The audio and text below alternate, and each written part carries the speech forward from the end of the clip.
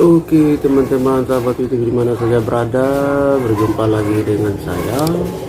Pada kesempatan ini saya ingin menyampaikan cara menentukan judul skripsi yang benar kepada adik-adik mahasiswa dimana saja berada, terlebih khusus bagi teman-teman yang di kota studi Provinsi Papua atau kota Jayapura. Namun sebelum saya lanjut teman-teman, jangan lupa like, komen, dan subscribe.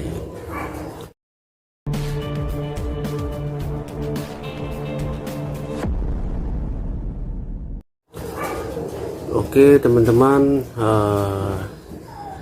banyak kampus punya teknik penentuan atau menentukan judul yang berbeda-beda, tetapi sebenarnya kalau sesuai dengan aturan atau teknik penyusunan skripsi yang benar, itu ada teknik menentukan judul yang benar gitu, supaya teman-teman jangan salah dalam menentukan judul. Karena kalau kita salah dalam menentukan judul, kita sendiri juga kewalahan dalam menyusun skripsi tersebut, dan kita sendiri juga bingung mau mulai dari mana dan mau kemana begitu. Jadi kepada teman-teman adik-adik mahasiswa di mana saja berada, di kampus mana saja, saya yakin dan percaya bahwa sebenarnya sudah tahu. Sebenarnya sudah tahu, tapi saya ingin memberitahukan supaya tidak keliru begitu dalam menentukan judul skripsi, ya. Sesuai dengan pengalaman saya yang saya lihat dan saya ikuti di kampus saya, yaitu di Universitas Yapis Papua. Jadi teman-teman, yang saya lihat itu kadang kalau kita tentukan dulu judul lalu kita cari masalah, itu sepertinya kita agak kesulitan mencari masalah. Dan menurut ilmu metodologi penelitian, teknik penyusunan skripsi, teknik menentukan judul, dan seterusnya, itu kadang kita kesulitan. Jadi saudara-saudara di mana saja berada, lebih bagus itu harus kita cari dulu masalah, ya. Cari dulu masalah. Dari masalah itulah yang akan melahirkan yang disebut dengan judul skripsi. Jadi saudara-saudara di mana saja berada, saya kasih contoh di bidang ilmu manajemen, ya, ilmu manajemen sumber daya manusia. Saya kasih contoh, misalnya kan ada judul ini, kepemimpinan transformasional berpengaruh terhadap kinerja karyawan di Hotel Aston Jayapura. Itu contoh.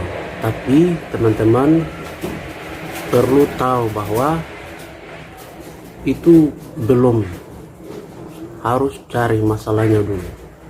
Masalahnya seperti bagaimana? Begini saudara-saudara, pertama kita cari penelitian terdahulu menurut orang lain yang bicara soal kepemimpinan transformasional terhadap kinerja karyawan. Kita cari di punya jurnal-jurnal yang signifikan dan yang tidak signifikan. Contoh, ini sekarang ini tahun 2022 dan misalnya sekarang ada yang sudah di akhir studi atau semester 8 ya, mau menyusun skripsi, jangan dulu tentukan judul, cari masalahnya dulu. Misalnya masalahnya adalah kepemimpinan di Hotel Aston Jayapura itu tidak signifikan terhadap kinerja karyawan, begitu. Kita cari jurnalnya, jadi cari mungkin 3 tahun ke belakang, atau jangan lebih dari 5 tahun ke belakang. Misalnya ini 2022 atau 2022, 2023, 2021, 2020, 2019 dan 2018 ya. Kita cari mungkin 5 tahun ke belakang, tidak boleh lewat dari situ. Kita cari yang jurnal yang berbicara soal kepemimpinan transformasional terhadap kinerja karyawan. Kita cari 3. Kita cari 3. Di antara 3 itu ada yang signifikan terhadap kinerja karyawan dan ada yang tidak signifikan. Maksimalnya harus 3. Harus ada 3 jurnal yang mengatakan bahwa kepemimpinan transformasional itu tidak signifikan atau tidak berpengaruh terhadap kinerja karyawan. Nanti yang satu lagi, yang satu lagi sama, kesimpulan dari hasil penelitiannya mengatakan bahwa kepemimpinan transformasional tidak berpengaruh signifikan terhadap kinerja karyawan. Nanti yang satu lagi, ini kan sudah ada 3 jurnal yang tidak signifikan ini. Kemudian kita cari lagi 3 jurnal lagi yang signifikan.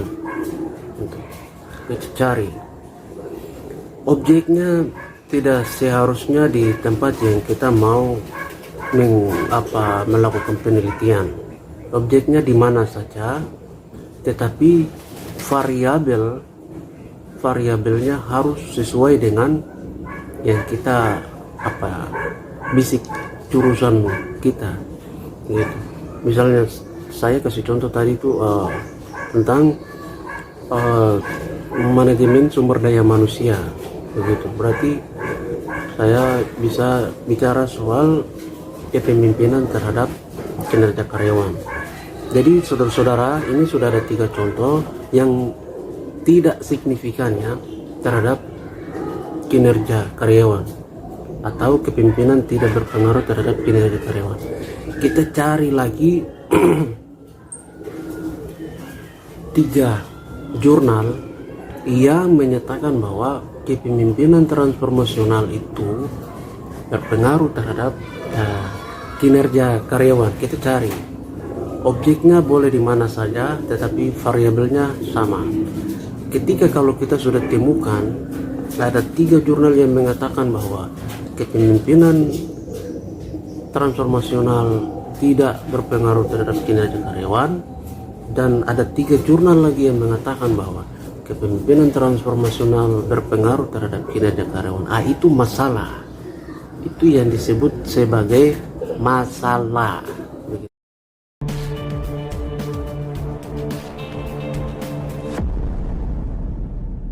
Begitu. Jadi sudah bisa paham ya saudara-saudara di mana saja berada. Jadi jangan tentukan dulu judul, tapi cari dulu masalah. Begitu. Nah, sekarang kita sudah dapat masalah. Begitu. Bahwa ada 3 jurnal yang mengatakan bahwa kepemimpinan transformasional tidak berpengaruh terhadap kinerja karyawan, dan ada 3 jurnal yang mengatakan bahwa kepemimpinan transformasional berpengaruh terhadap kinerja karyawan. Oke, sekarang kita bikin masalahnya, kita susun dari 6 jurnal yang hasilnya hasilnya ada yang signifikan, ada yang tidak signifikan, itu kita susun. Setelah bikin masalahnya, kita bikin lagi rumusan masalah, begitu. Jadi masalah dulu, setelah itu baru kita masuk ke yang namanya rumusan masalah. Dari masalah itu yang akan melahirkan sebuah judul, begitu. Karena sudah jelas bahwa kepemimpinan transformasional tidak berpengaruh terhadap kinerja karyawan, dan ada jurnal yang mengatakan bahwa kepemimpinan transformasional berpengaruh terhadap kinerja karyawan. Ini kita ambil lagi sebagai sebuah masalah dengan judul bahwa kepemimpinan transformasional